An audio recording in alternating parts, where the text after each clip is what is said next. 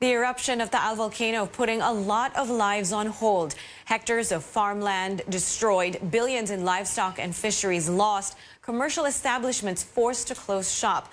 Thousands of people stripped of their livelihood and in the foreseeable future will be largely dependent on aid. To talk more about the impact of the eruption, we have with us live in the studio our correspondent Rex Remitio. Rex, good morning. Thanks for being here. Yes, good morning, Ria. All right, well, you've covered the aftermath of the eruption for over a week. Could you give us a picture of the situation of displaced residents there, since you spent a great amount of time with them? Yes, Ria, their lives are now at a standstill because they lost almost everything, at least most of them. And there's so much uncertainty because, for one, the volcano has been calming these past few days. There were less earthquakes and there less smoke coming from the volcano. But at the same time, PHIVOLCS is still maintaining its alert level 4. And it's also saying that the volcano is up for an eruption, a hazardous eruption.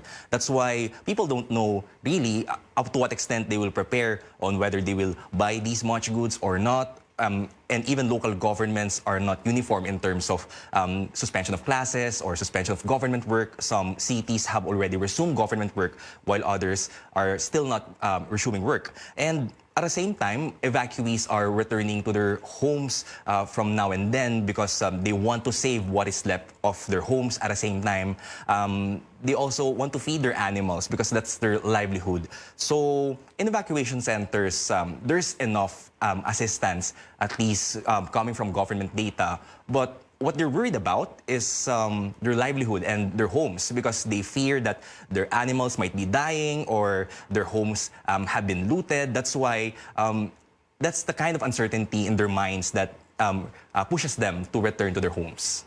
Right, a lot of long-term questions there for them. Now, Tagaytay, as we know, is a popular tourist destination, and you could really feel the enthusiasm of the business owners, employees, and even local tourists when I was watching your report about bars and restaurants. So some actually opened last week. Can you describe the eagerness of these stakeholders, and was there any sense of normalcy left? Well, it's not only the owners who are eager to reopen, but also the employees, because they have families to feed, they have families to support. That's why they work double time to remove the ash coming from their bars and restaurants. But in terms of government policy, authorities are saying that commercial establishments must prepare beforehand, and their sanitation measures must be always kept in place. Tagaytay Ridge is within the 14-kilometer danger zone. But owners are saying that, well, they will not be hit by the base surge coming from the volcano. Kasi mas mataas sila. Yes. So that's the uncertainty in terms of government policy, whether they will follow the Interior Department's call not to reopen. But at the same time, they're saying that they should be allowed because they will not be hit by the base surge. And there's also perception coming from tourists. I've seen on social media that some of them don't want to go there for now because it's quite dangerous. But owners are saying it's safe here. So the kind of uncertainty, it's really about uncertainty for now in Batangas and in Tagaytay. Well, as you mentioned, there was sort of mixed messages coming from the LGUs and then from the DILG. What was the reaction to the people there, you know, in the midst of all that communication confusion?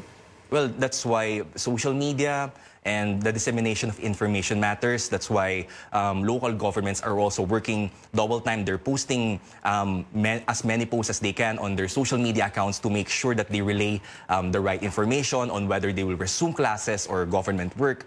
But yeah, as I said, it's not really that uniform in terms of town per town. Okay. Now let's talk about agriculture. The Agriculture Department pegs the losses at over 3 billion pesos. And among the industries badly hit is the coffee business. What do we know about that so far? Well, according to Philippine Coffee Board Director Remitio when he guested on Business Roundup, the industry might lose about 5,000 metric tons of coffee. That amounts to 1.2 billion pesos in terms of monetary equivalent, and it might take producers up to 1.5 years to recover, and that's why it will also affect our coffee exports overseas. All right, what about in terms of local supply? We know the Filipinos love their coffee. Are we going to experience a spike in prices, a reduction in supply? Well, government well, authorities are still determining, especially trade officials, if this will cause an inflation, particularly in coffee. But for now, they're saying that there's still no any price spike in terms of coffee. We're not sure, though, what kind of variety they're talking about, especially when they talk about kapeng barako, because that's the specialty of Batangas. All right, we'll have to see. Rex, Remitio, thank you for being here. Nice to see you in person and not just talk to you on the screen. Yeah. All right. Thank you. Now,